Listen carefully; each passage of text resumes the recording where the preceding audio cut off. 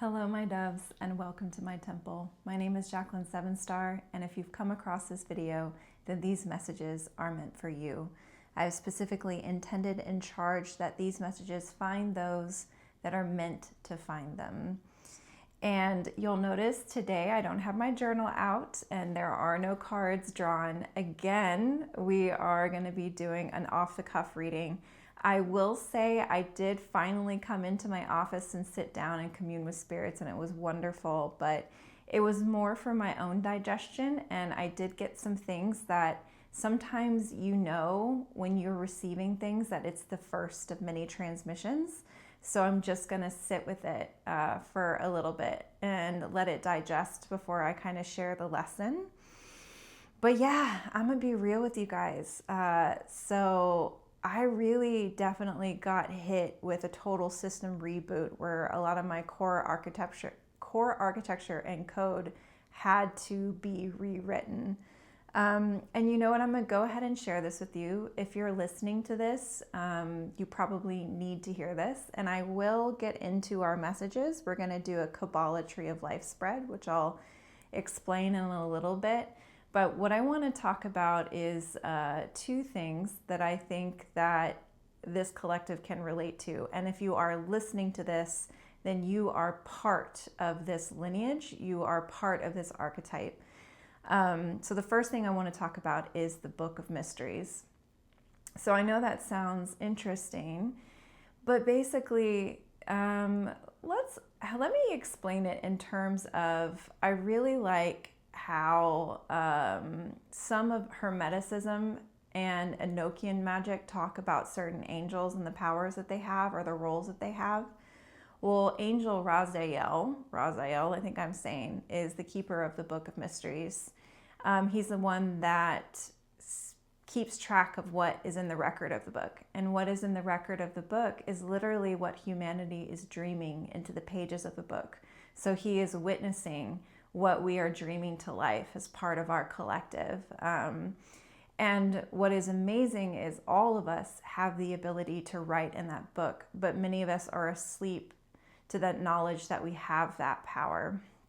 And a lot of the journey to know thyself, or the journey of return, the hero's journey, to come to liberation, is to understand that truth, that you have the ability to write in that book and change reality, what we all experience. We are the master builders in this collective.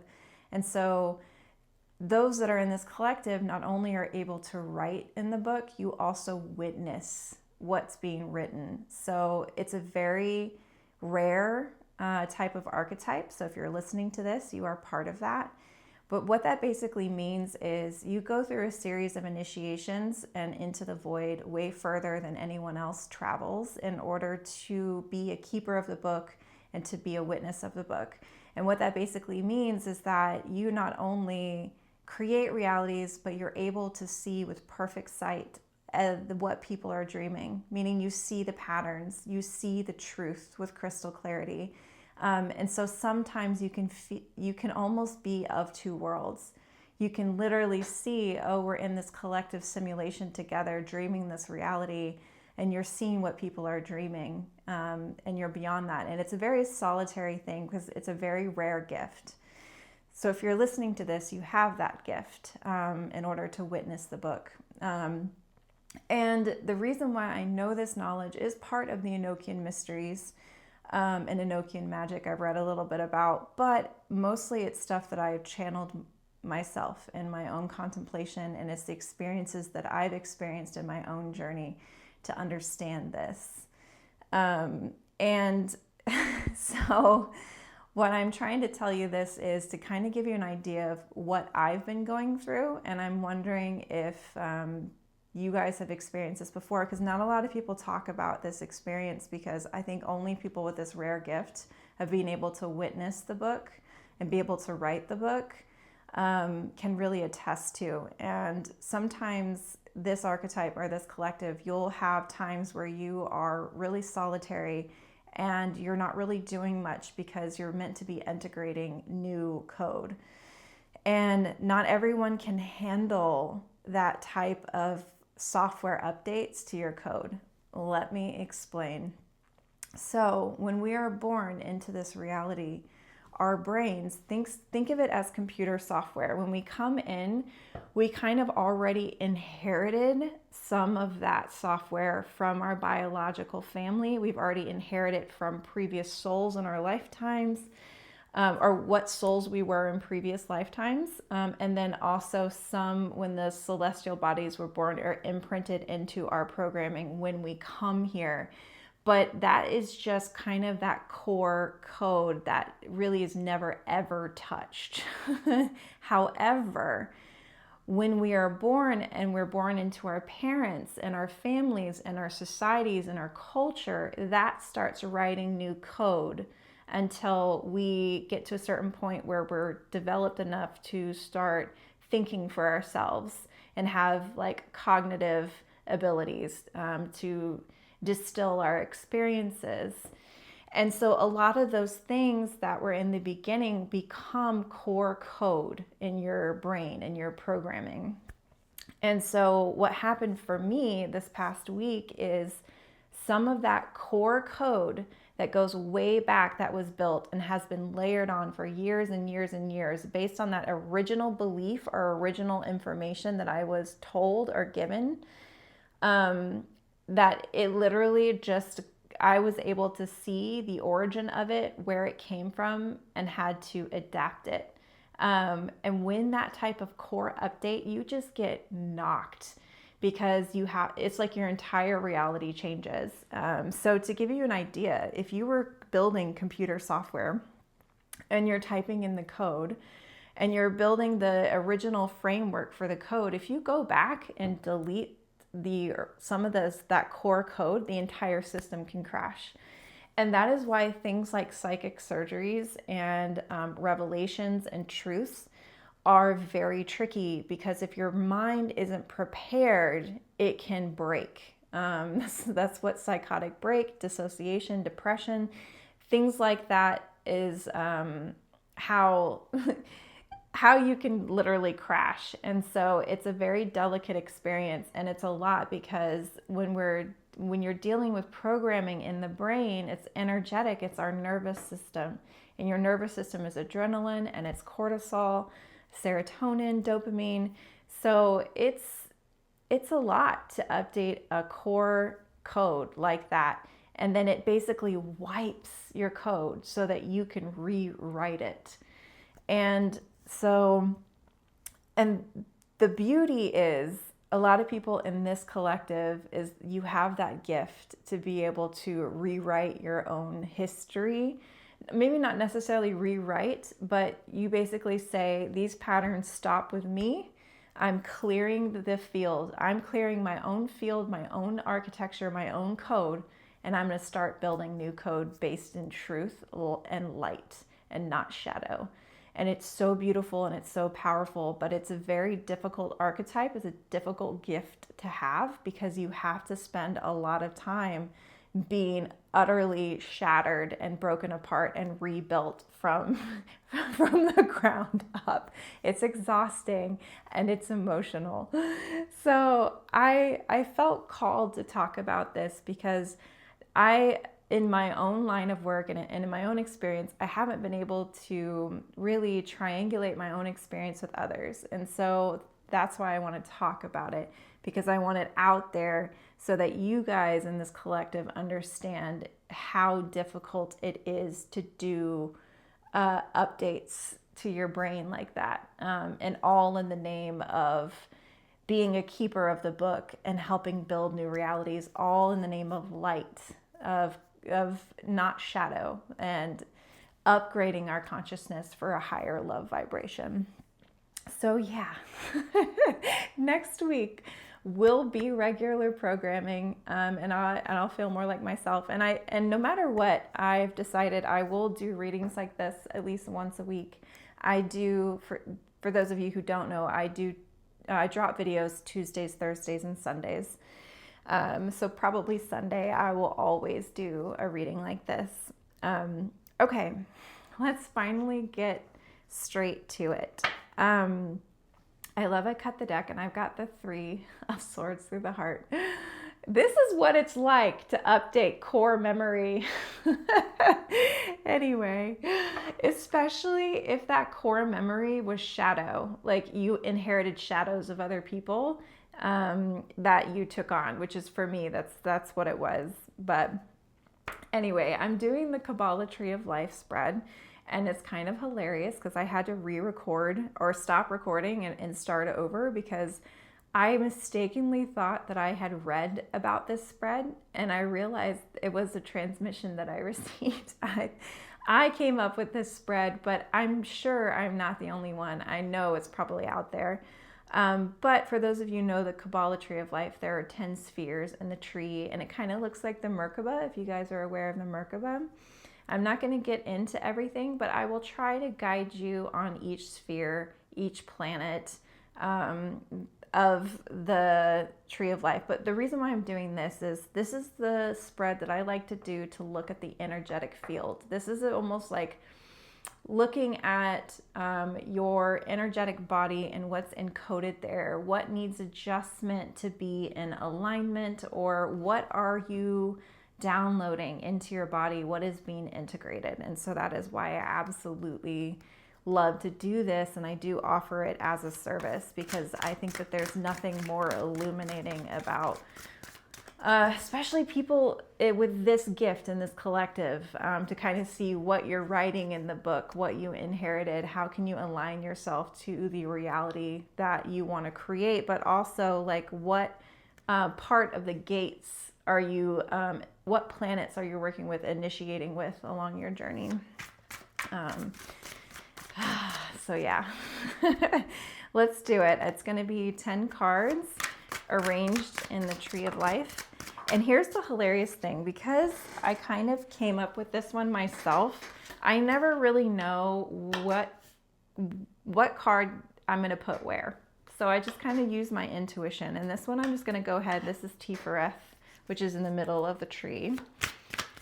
And I will try and see if I can angle the lens down at least a little bit for you guys to be able to see. Okay.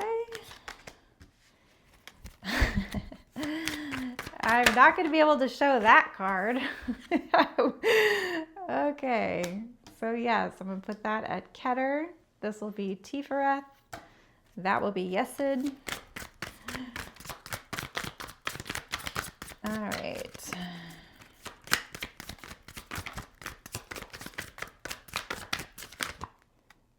Yes, okay. I'm just making sure. All right, upright, Malkut. Okay. You see me guys having my own language with the cards right now. I do sometimes feel like I'm in conversation with the spirits when I shuffle. Yeah, guys, way too many. I'm not gonna do that. Okay. There we go. Yes, Hod. Upright. Okay, whoa, that's really interesting. So they literally just told me to do no reversals. Okay, just kidding. We are doing reversals. What was that all about?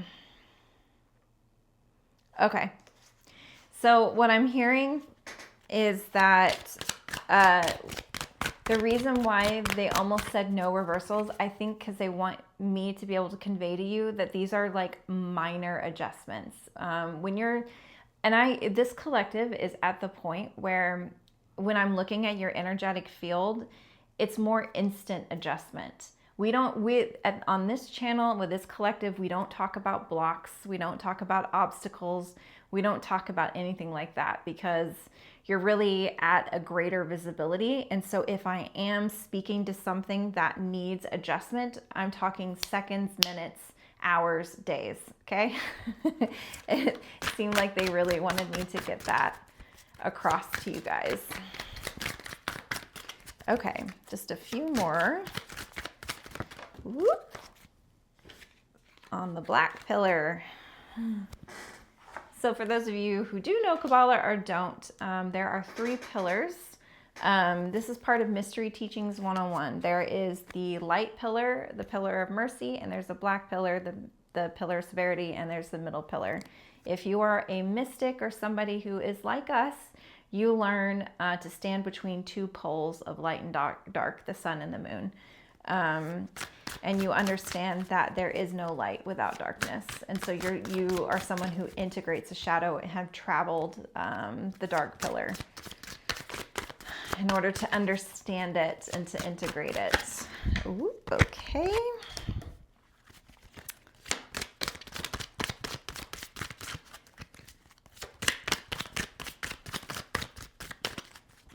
So far, I see 8, 8, and 9, 9.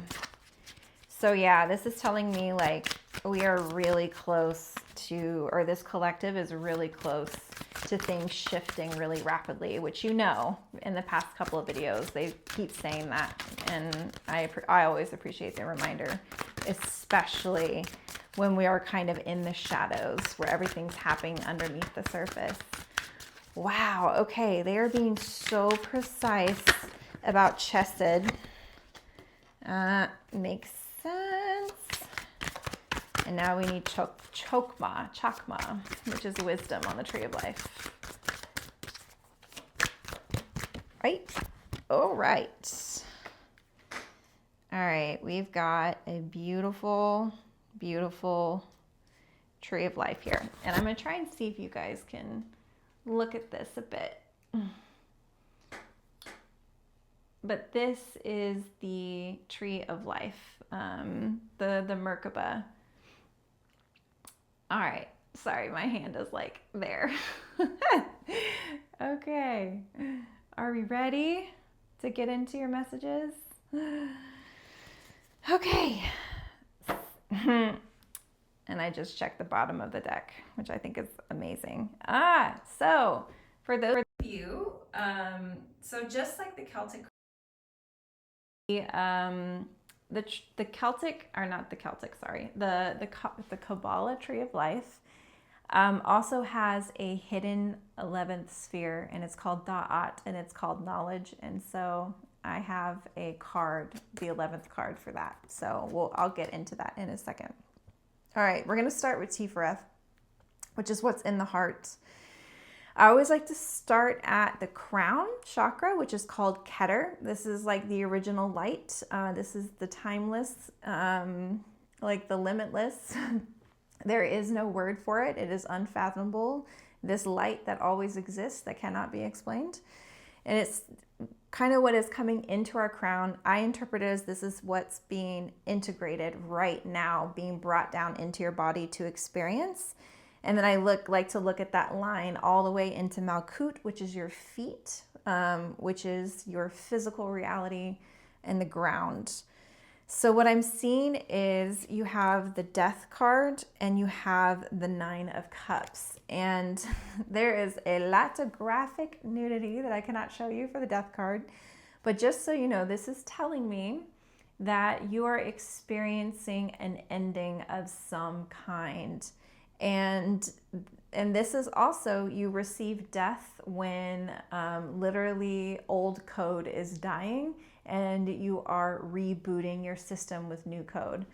So some of the things that you might experience is, say, and this is just an example, you grew up with a childhood system of narcissism, and there's one narcissistic person within the unit, and then everybody else develops their roles around it. So usually there is the one that's the narcissist, and then there's one that enables the narcissist. So say that when you're in your original code, you said, oh, at least I have one normal family member, but they were the enablers. And then later, maybe when you're an adult, you realize that their abandonment and their enabling was the same abuse as the narcissists themselves. And so when you have that realization, that is what you have to reboot all your memories of that person, and then now have the truth of the situation, and then now you make decisions based on that new truth in your book. I call it your book, your code, your architecture. So that's just an example of something that light draws down into body, further illumination, it updates our original code, and you start writing from new architecture. So there's been a death of some kind of a relationship is what I'm hearing. And it can be romantic even as well, but something is dying off because you're having to reboot the code. And for this collective, it is usually sovereign, meaning authority. You are now choosing the pattern moving forward. It's up to you. You decide what happens from now on. You no longer get caught up in everyone else's energy. You are the one dictating the energy and what it is that you want to do. They have to adjust around you now. And it's not selfish. And the reason why this code was updated, again, we have the 9 of Cups. I'm seeing 9 and 9 again, guys. So this is kind of like if you watch the previous video, that means that lots of things are happening under the surface in order for the things that you asked for and your wishes to come to light. So that is why things died, is because there's something that you asked for. Okay, and so, and I like to point out, like, the fact that the 9 of Cauldrons, the 9 of Cups is at the feet, this is saying this is what you want to be in your physical reality. So you're trying to bring your wish fulfillment, your manifestations into reality. That is why things died. And I'm looking at Tifereth, which is the heart. And so this is telling me, like, this code architecture that you received to reboot was all in the name of love, in the name of your heart. And your financial abundance is actually tied to your emotions and your ability to receive love. And so whatever you received that ended was so that you had greater visibility of where you weren't allowing yourselves to receive, you weren't allowing yourself to receive support. And generally it's because those patterns of not feeling worthy, feeling like a burden, feeling like you have to prove your worthiness of it. You have to, like, show others that you are worthy of your success and your abundance. All of that was what was worked on. And so it actually ends up translating to heart healing, even though we're trying to bring about financial freedom for ourselves, but we don't realize we have to update our code from childhood, and in order to figure out where we are keeping abundance from us because of these patterns that we inherited, and it's not our fault.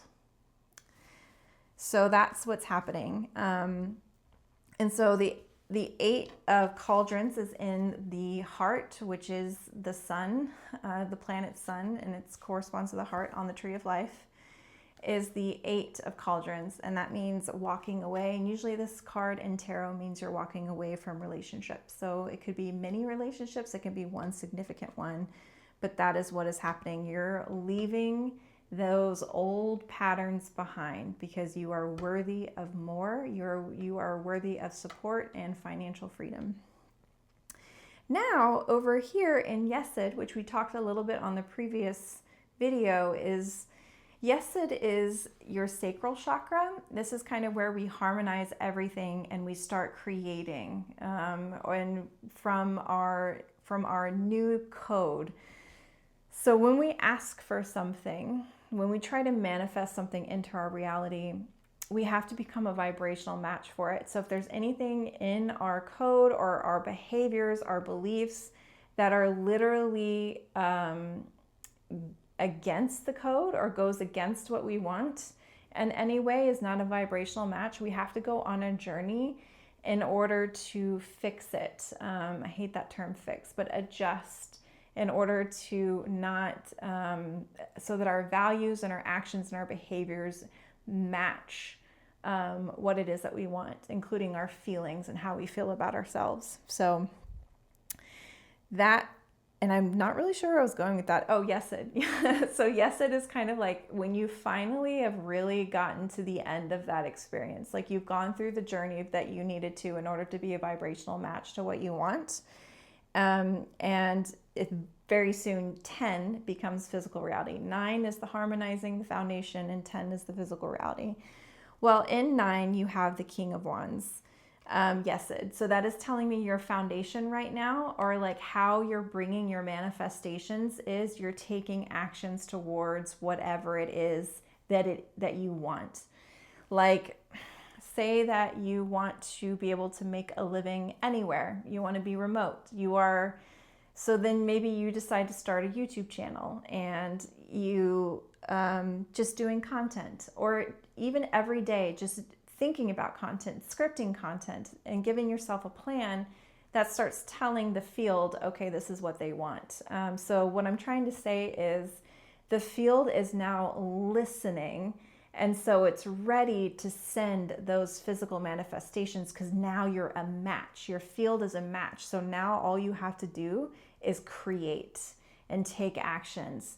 And they can be really small actions towards the things that you want. So that is why the King of Wands is there. And I want to tell you guys that your middle pillar is very healthy. This is from crown, your heart chakra, your sacral, and your feet. That means you're very aligned for what you want. Everything is upright and looking good. The only thing was death was reversed at Keter, your crown chakra. And the reason why they told me to flip it upright, because they just wanted me to know that you are feeling head pressure. So sometimes when we're dealing with updates and downloads and lights being brought into the body in order to change our code, you're going to be feeling headaches, pressure, dizziness, mental fog. Sometimes, believe it or not, like crown pressure can cause emotions. So just because of the discomfort. So just so you know, it's showing me that that's where there's some pressure and some extra heat. So what I'm hearing is a good thing that you can do is anything that's cooling. Putting a washcloth on the back of your neck. Hibiscus and peppermint are 2 cooling herbs that you can do. Drink something kind of cool, but not too cold because you're still delicate. So anything you can do to kind of cool down your system. And sometimes that means like just being in front of a fan for a second, or doing deep breathing. Look up Sitala breath or Sitali breath. I don't remember which one it is, but it's Sitali, Sitali breath, I believe. That can cool the body down. And I was like, there's no way that this cools the body down, but I tried it myself. It does work. Okay, so that's your middle line. I'm actually going to go over here to your left side of your body, which is known as the pillar of severity. It is the black pillar. And this is where you have some adjustments, some minor adjustments. So you have the 9 of Pentacles over in Hod, which is number 8 on the tree of life. And it's considered your left hip. And it's corresponds to Mercury. What I'm sensing here is the reason why it needs an adjustment is only because it's the name of this sphere is called patience. So I think the reason why is I think that there's just some discomfort because of how long the journey was and how long it's taking to bring it in. But you know, you guys aren't meant for a small life. So I want that to sink in. The things that you're asking for and the cathedral, not the church, the legacy of the inheritance, what you're calling in is way bigger, which means it takes a lot longer. So it's just saying that there's just a little bit of impatience here, and they want to tell you that it's okay. It's okay to be impatient. It really is. It's been a really long journey and it's okay. So be with your feelings about it. That's your adjustment, is just accept that it's been long and hard and you're allowed to have those feelings. Okay, is that the only adjustment? The other thing is I'm hearing is to be patient with the solitary journey. When you're dealing with this level of truth that you carry, you can't really talk about your experience with that many others unless you're really lucky and you have others that are on the journey with you. And in this collective, we all together here, certainly understand. But it's telling me it's kind of like, this has been a journey of independence and sovereignty, so it's been a bit solitary because of that. When I say independence and sovereign and authority, that means like you have fully come into your power. It cannot be taken away from you. You are the decider from here on out. Nothing can shake you from that. And in order to be in that level of power, and we talk about this all the time, it's a lot. There's a lot you have to go through, and you have to unpack, and patterns to break and initiations to go through in order to hold that in your system. So yeah, that's the only adjustment. Accept your feelings. It's okay to be frustrated. It's okay to be angry. It's okay to be impatient. And then over here, kind of like, it's your left hip, and this is kind of like your left, like in between your shoulder. So like maybe your rib cage. This is you have the 9 of Wands reversed, and this is known as, wow guys, I'm Gavura. I should know, this is my favorite. Fiery Gavura. This is Mars. You have the 9 of Wands, which is a fire tarot card.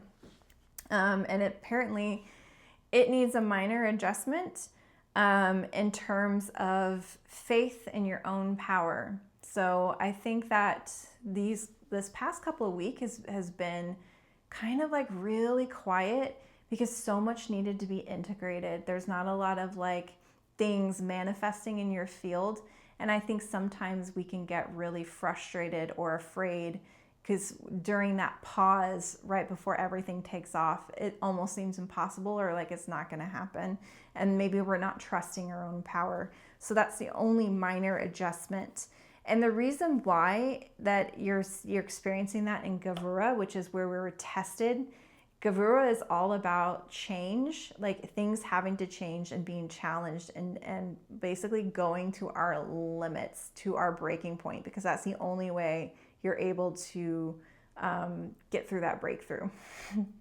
So that is why things were the way they were. And so the adjustment is just kind of accepting the fact that you meant to go through trials and limitations and challenges this past couple of years. And right now you may be sensing or feeling disempowered just because I think things are so quiet right now. And I'm glad that I'm here speaking with you because I can tell you that everything's okay and everything's still going to manifest. So that's the only minor adjustment. It's faith.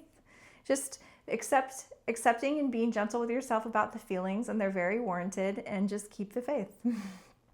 Over here on your shoulder, your left shoulder of Bina, it is Saturn. You have the 7 of Cups or the 7 of Cauldrons. So this is also telling me whenever I see this card, I have my own language with the 7 of Cups. I've talked about this before on this channel. I've been doing readings for over 16 years and doing tarot readings with my clients that I start to develop my own meanings to the cards just based on observing patterns. And this is when... for me, it means the divine has something up their sleeve. So it's almost like the next step is materialization from the divine in some way. And it can be really frustrating because sometimes we're like, what do I need to do? Where do I need to act? And this is telling me like it's foggy and there's a lot of things unknown. But they also want me to talk a little bit about this. Is like in our life, as in humanity, we need hidden endings. It's what keeps the dance of life moving forward, the performance of life moving forward. If we didn't know, if we knew with absolute certainty, it takes away the game, it takes away the dream. So just so you know, when you don't know what's going to happen, it's part of the dance, it's part of the fun. Sometimes it doesn't feel like it's fun. But this collective is starting to learn that uncertainty means nothing now because you are protected and you are in your power and everything's going to be okay. We're waiting right now for the divine to show their hand. Okay, so very, very minor adjustments and very positive ones. More is like be kinder to yourself. That's all. Okay, over on your right side, You have the pillar of mercy, and on your right hip is called Netsack. I always laugh when I say that, but it's the planet Venus, and it's called victory. So you have the tower reversed. This is the word that they are giving me. You had to lose to win. You had to lose to win. So I don't know, what I'm hearing is this collective almost had to just have things not take off. To the outside looking in, it may seem like your life is in ruins or there's not a lot going on, or like you can even say loser. What'd you make me say that for? But it's because you're a holy loser. You had to lose in order to win the battle, the war. So I just want you to know, like, it may seem like everyone else is winning right now and that you're losing, but what I'm hearing is that's your victory. You had to lose these battles in order to win. And that victory is so close at hand, I promise. You're not even going to care about winning because life is going to be so good. Okay, and then in Chesed, which is Jupiter, which is number 4 on the tree of life, you have the 4. So isn't that perfect? You have the 4 of Pentacles. And again, this is another card where I have my own language and it differs from what meanings you usually expect to hear for tarot. For this is hold on, invest in yourself. So this is telling me hold the line, hold on, keep the faith in yourself. And I kind of love that that's in Gavura and it's over here in Chesed. It's literally saying hold on, keep the faith, hold that energy, hold that vibration, keep believing, keep going because you're really close. Okay, the last and final card that you have over here up on your right shoulder is the 5 of Cauldrons, which is also known as the 5 of Cups. I also have my own meaning of that. And generally I call it like Our Lady of Sorrows, like the tears are the very thing that are watering our new life. And so this is telling me, I'm seeing lots of grief. There's a lot of grief here. So this has been a long journey in order to bring whatever it is that you're meant to bring in, and that life, that financial freedom, and having those relationships, inequality and reciprocity, all those things that you want, a life filled with love. There had to be this grieving process, and a lot of things had to die, and you had to be tested and challenged, and you had to lose in order to win the war. And so just so you know, like, grieve what happened. It's okay. Like, it wasn't easy, and you can and what I love about this specific card in this deck is you can see the rainbow. The tears are literally the rainbow and the blessings that are coming your way. And that makes me want to share this card that I ended up getting earlier today because it has a rainbow on it as well. And it says, blessings. You are being showered with light. Your creativity is being stirred, activated, set alight. An endless stream of rainbow color stems from your heart. So yes, this is all about a life filled with love and having a life that you love. So this is what I'm hearing is this collective is really looking for. And that 11th card of the secret sphere is the 10 of Cups. This is telling me your goal is your highest expression, your highest timeline, the most deeply fulfilling life that you wanted. And this is what I call a life filled with love. That means that you feel loved, that you love what you do, you love your life, you feel deeply satisfied. And the journey to get to this point is the hero's journey. Not everybody has the strength to get through it because you have to go through a lot of deaths. You have to rewrite a lot of codes in order to now have greater visibility to start writing your own reality and writing your own code, and you don't get sabotaged or you're not, there aren't patterns in your subconscious and your unconscious throwing you off from what it is that you want. So you went way deep within yourself and you built the inner temple. You cleared the field, you cleared your code in order for you to get what you desire. So I hope that reading made sense for you guys, and thank you for taking this journey with me. I normally don't go this long, but apparently we just needed to, and I don't want to take up any more of your time. But if you do like these styles of readings, do let me know. Give me a like, give me a subscribe, maybe give me a comment down below. And if ever you feel called to work with me further or even do this one personally for you, I do offer it on my website. But okay, guys, as always, the flame in me walks beside the flame in you, and may you rise in joyful fire. Mwah. I love you.